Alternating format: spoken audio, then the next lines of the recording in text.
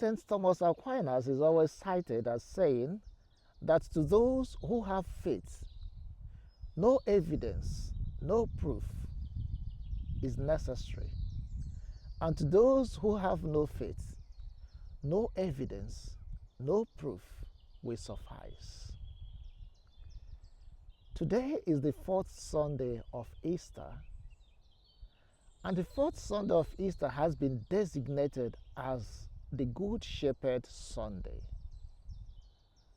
On this day, we always read from the 10th chapter of John's Gospel, talking about Jesus, the Good Shepherd. And in our Gospel today, there is something that we need to listen to.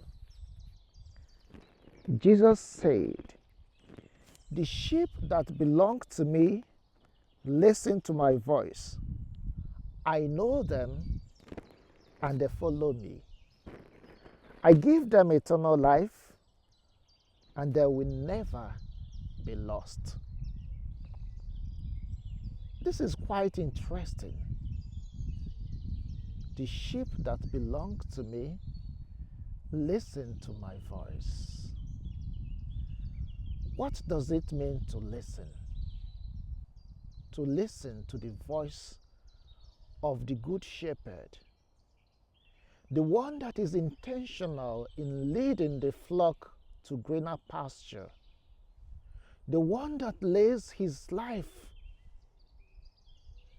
for the sheep, the one that goes ahead of the sheep, guiding them, preventing them from danger, the one that protects the sheep, is ready to exchange his life for the sheep. To listen is not a passive activity, a passive reality. It is actually active. Active in the sense that it is intentional.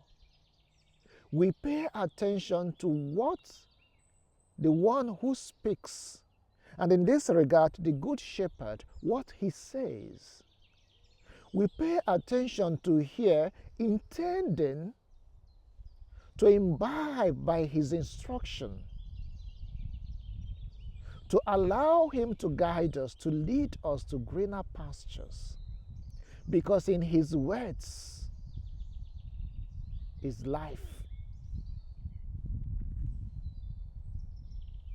It is something that we consciously do, something we desire. In the course of his preaching, his public ministry,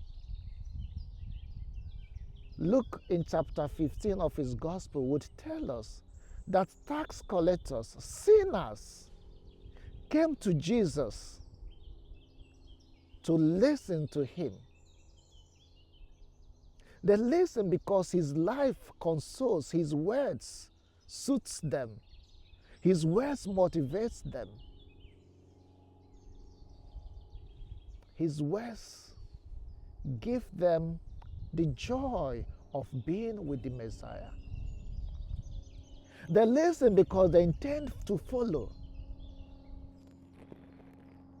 They want to follow the Messiah because the Good Shepherd can never lead them to places that are not good for them. He leads to life. That is what we are being told by Jesus today. And not just that they listen to him, he knows them one by one. He calls them by name. He's interested in what happens to them. No matter how plenty they are, no matter how many there are, he knows each one, and he associates and relates with each one personally. That is the manner of the shepherd that we have. He's interested in each one. And he goes on to tell us, they follow him, and he gives us eternal life. That is the fruits of following him, of listening to him. Because the instructions he gave are preparatory ground for this eternal life. You listen to the instructions, imbibe them, express them in their life, live it out. And then, it doesn't end here. It leads to eternal life. But the question is, who do we listen to? Which voice or whose voice do we heed? In our society today, in the world today, there are many voices demanding our attention. Some of them are even louder than the voice of the Good Shepherd, the voice of God, the voice of Christ. Those voices come with fanfare. But the voice of the Good Shepherd is always silent. It is listened to in silence. It is persistent. To hear it, we have to pay attention. We have to attune our ears to the voice of the Good Shepherd. John of the Cross tells us that God speaks in eternal silence. And in silence, we must listen. We must hear him. There are the voices of the politicians, the voices of the novel ideologies in the world, the voice we gather from the social media, the voice we gather from things around us. They can be distracting. But what stands out is that the voice of God is persistent. The voice of Jesus Christ, the Good Shepherd, remains. It penetrates. It pierces. It doesn't come with fanfare, but it's always there. And that voice we can only hear when we are intentional, when we desire it, when we listen to him. And of course, it is not enough to hear the voice if we don't make use of it. In the second reading, John tells us about this multitude, those that have washed their robes white in the blood of the Lamb. These are those who followed the shepherd to the extent of paying the ultimate price. It is paradoxical to wash one's robes in the blood of the Lamb, in the blood of the Lamb. But this is what happened.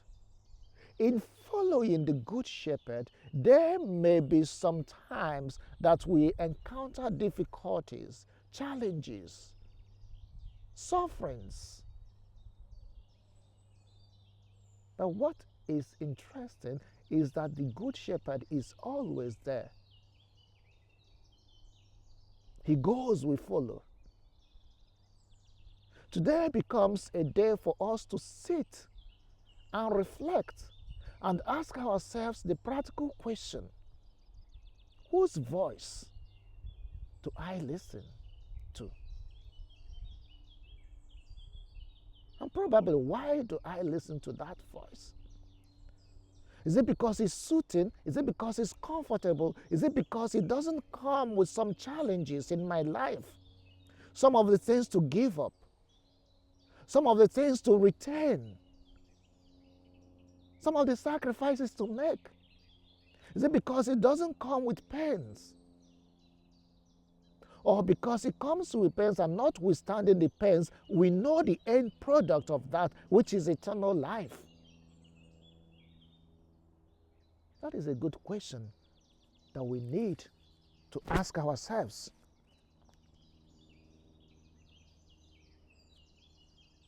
So each one must answer that question.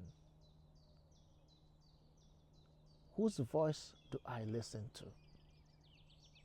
And remember the words of St. Thomas Aquinas that we started with. To those who have faith, no evidence, no proof is necessary. But to those who have not, no proof, no evidence will suffice. Let us listen to the word of the Good Shepherd, to the voice of the Good Shepherd. Let us get used to it. He always calls us, and let us heed him and allow him to lead us to eternal life, where he himself has gone and prepared for us.